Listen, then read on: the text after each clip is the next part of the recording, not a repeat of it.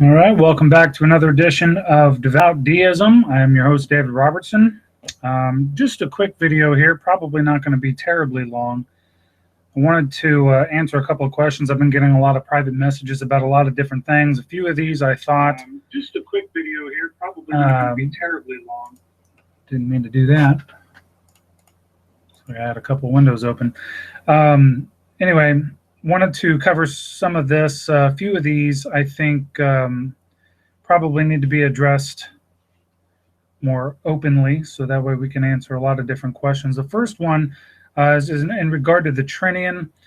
David, I saw someone posted it, and it does not look like you had anything to do with it. That's okay. That's actually probably anticipated. It's being taught in some areas of the country. Undoubtedly, people are going to post it.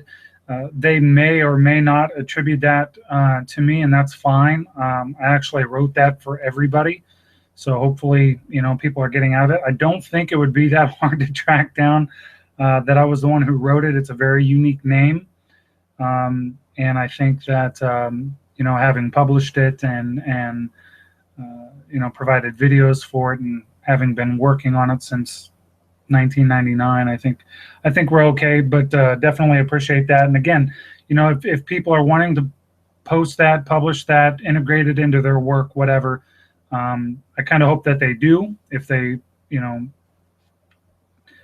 attribute at least part of that to me, that would be great. But again, it's not that hard to figure out that I was the one who wrote that.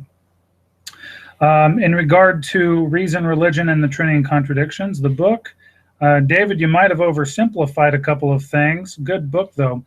I did, and I oversimplified a few things for a very deliberate and specific reason. I wanted to make sure that some of the basics, if you will, were covered. One of the things that I've noticed in a lot of the different forums, the deist forums, some of them are definitely up and coming, with a lot of brand new people who probably just stumbled upon it. There's a lot of questions, a lot of things that they're unsure of. So I wanted to really kind of nail those down and cover that, so that way if somebody picks up the book, they know exactly what they're getting into if they're going to commit their lives to an idea, their faith to an idea, or what have you. The other one was, David, can you cover the different types of deism? I can, but it's kind of funny. How many colors are in a rainbow? What we're finding here is over the course of the last, I don't know, seems like 15, 20 years, a whole slew of different types of deism have popped up, and there's a new one for this, and if they believe in such a way, it's this, and da da da da da. It's a very Christian way to go about it. Well, I don't like that, so we're going to start our, and that's fine, by the way. If you want to start your own little, offshoot of this or that, that's fine. It doesn't matter. And I've often said this, and I'll say it again. If you put 100 deists into a room, you're going to get 100 different variations of deism. The end result is hopefully the same. We're all going to have little variations, but anyway, so I'll cover some of these just so we can have that. By the way, I do cover this in the book Reason, Religion, and the Trinity and Contradictions. You can pick that up Amazon.com. Anyway, I cover part of this. Paleo-deism, which you should not be seeing any paleo-deists today. Those are the precursors. That's the precursor of deism before deism was deism. You have Christian deists, which obviously, just by the name alone, they have a Christian leaning, but are more deist in nature. You have classical deists, which, in the book I break down what each one kind of follows and how they're going about doing it. You have modern deists, which are kind of a breakaway from classical. Pandeism, panendeism, spiritual deism, and then, of course, Neo-Deism. Now, yes, there are a whole host of different types of deism, and no doubt that there's probably somebody out here who's going to watch this and be like, wait, you didn't mention mine. Okay, the deism that I'm addressing, or that I will address more often than not, are forms or sects of deism that have been around since, I don't know, for at least 10 years, probably longer. These offshoots tend to pop up and then fade away. And that's fine. Once again, that doesn't mean it's bad. It doesn't mean it's wrong. That doesn't mean anything.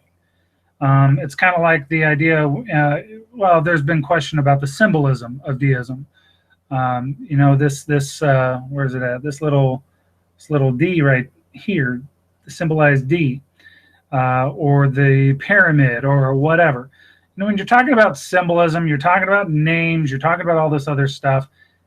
If you have to have a name or a classification or whatever, then that's fine.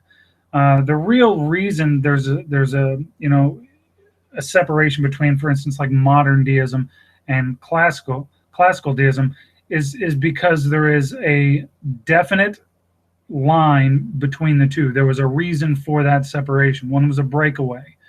So that breakaway is the defining point. Some of these offshoots really don't have a breakaway. They just know that they're not classical, so they kind of come up with their own thing. And it turns out that it's exactly like, say, for instance, spiritual deism or Christian deism or what have you, or pandeism.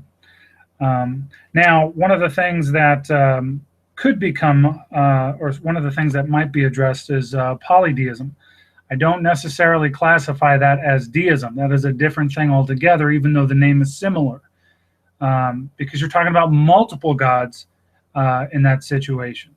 It's a different thing altogether, and I think for the most part we kind of have to be